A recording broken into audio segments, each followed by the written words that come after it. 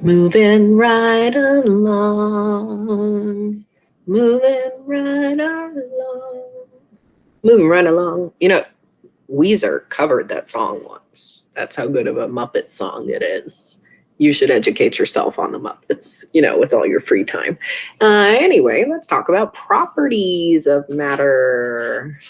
Good old properties. We've got two main kinds that you should be familiar with, and two more we're going to learn about on a different page that are probably brand new to you, but these should be mostly familiar. Physical, whoa, there we go. Physical and chemical properties. Physical properties can be measured or observed without a chemical change. Basically, if you can notice it without changing something's identity, then it's a physical property that you're noticing. Examples would be like color, just noticing something's red. That's noticing a physical property. There you go. I didn't turn it into something else when I noticed it was red. Length, mass. Those are things I can measure. I can take a ruler and I can measure the length of something. I can take a scale and measure the mass of something. This looks really wonky and hard to read. And I can take those measurements without changing what my object is made out of. It is the same object when I measure the length and measure the mass. That tells me that those measurements, length and mass, are physical properties. You can also observe that something has luster. There's my lowercase l again. Luster meaning it's shiny. That's a Moana reference. This is how I entertain myself. Solubility. You can see if something is or is not soluble, meaning does it or does it not dissolve. I can check that without turning it into something else, right? If you dissolve sugar in your tea, the reason that you dissolve sugar in your tea is because it makes your tea taste sweeter, like sugar, right? The sugar didn't stop being sugar. It's still sugar. It's just dissolved in your tea now. It's basically pieces that are so small you can't see them without a microscope anymore. That's what dissolving is. You've just made it break into smaller pieces and get mixed in with your liquid or whatever. But like if sugar stopped being sugar when you put it in tea, then what would be the point of putting it in tea? You'd just be drinking tea that wasn't sweeter. I don't know. Why would you do that? I mean, like on a personal level, I just don't understand. So no, if you can notice that something dissolves without turning it into something else, just like I can notice that sugar dissolves into tea without turning into not sugar, that tells me that dissolving is a physical property. Temperature is another measurement I can take. I can measure the temperature of I bake a lot, so like I measure the temperature of my dough sometimes to make sure the yeast is warm enough to react and rise and whatever. And I can take that temperature without changing what it is, right? When I stick a thermometer in there, the thermometer itself and taking the temperature is not changing what my dough is made out of. That's a physical property that I'm measuring when I measure temperature. And then the last one I want to write on here is density is a physical property. I can measure something's density or calculate its density without changing what the thing's made out of. And we've done some density activities up to this point already. We're going to talk about density more later in Unit 1. So much density, but yeah, it's a physical property. I can check something's density without turning it into a different something. Chemical properties. If you want to test a chemical property, that requires a chemical change. You will change the identity of the thing if you test one of these chemical properties. For example, the ability of a substance to burn or ignite, causing fire or combustion. Burning, combustion. This property is called flammability. Is it flammable? Will it burn? The only way to answer the question, is it flammable, if you want to actually test it, the only way to answer that is to set the dang thing on fire. And if you're setting it on fire, the only way you're going to know if it's flammable is if it actually catches fire and burns. And if it's burning, that's a chemical change happening. You can't stop it. You can't undo it. If you want to know if something's flammable, you have to make that chemical change of combustion happen.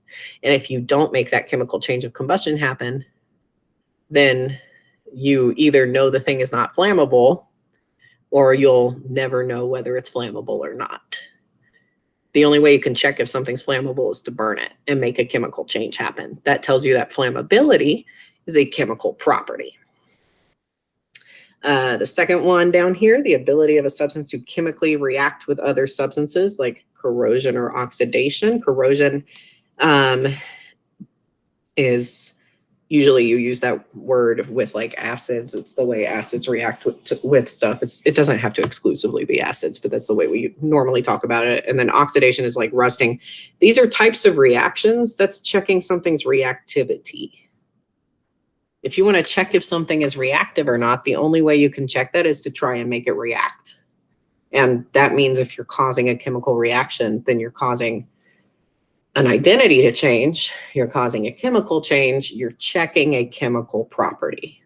If the only way that you can tell if something is reactive is to make it react and therefore make a chemical change happen, then reactivity must be a chemical property because you can't check it without turning something's identity into something else.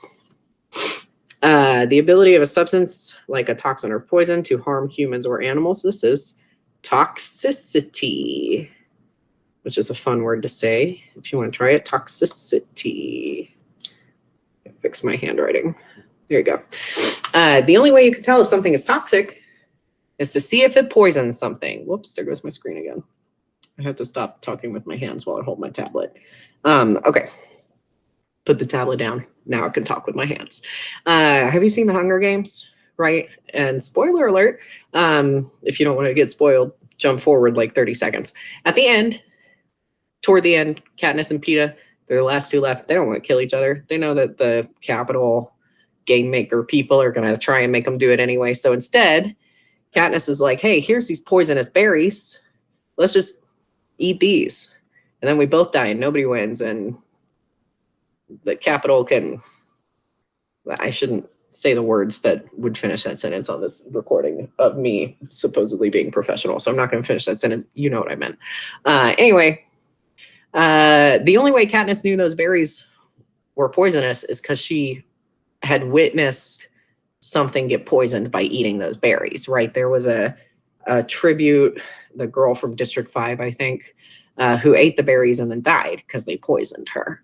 And like, you can't check if something is poisonous unless you see it poison something. And being poisoned is a chemical change. Poison actually like literally changes your cells inside your body. It depends on what poison it is for exactly what it does to your body. But in general, it's doing something different to your cells, which is why your body is having this reaction of like, oh God, I'm sick because I've been poisoned. The only way you can check if something is toxic is if you see it poison something else, and to see something else be poisoned means you're witnessing a chemical change. So if you have to check it by making a chemical change happen, then that tells you that toxicity must be a chemical property.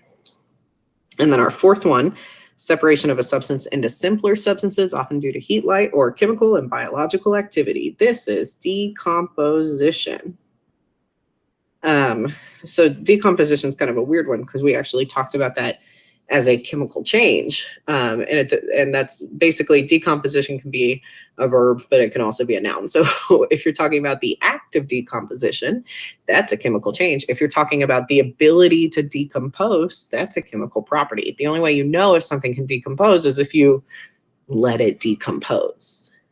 And if it's decomposing, it's undergoing a chemical change, and that means decomposition is a chemical property. Let's try some practice problems. We got to classify these as chemical or physical properties. Circle and highlight the keyword that identifies the property.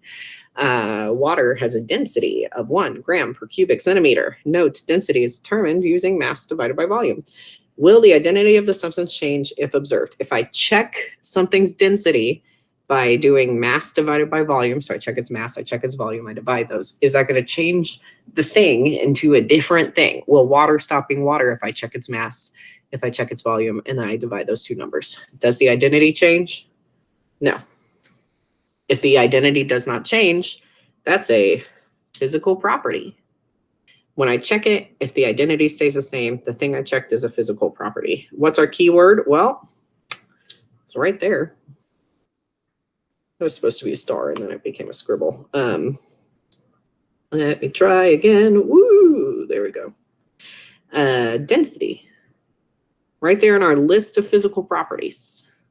So that's our keyword. Dun, dun, dun, dun, dun, dun, dun. And let's try number 2.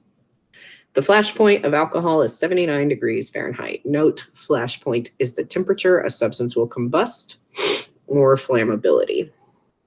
Will the identity of the substance change if observed? So, excuse me. If I check alcohol's flash point, that means I am checking if it is going to burn by taking it to 79 degrees Fahrenheit. So if I check if it burns and then it burns, is the identity going to change? Yeah, because burning is a chemical change. So if I have checked a property and observed a chemical change, what kind of property did I check? I checked a chemical property. Our keyword there is flammability. That was one of our 4 chemical properties that we talked about in the chart up here. Here we go. Keyword, flammability. So easy. That wasn't so bad, right? You're fine. Quit whining.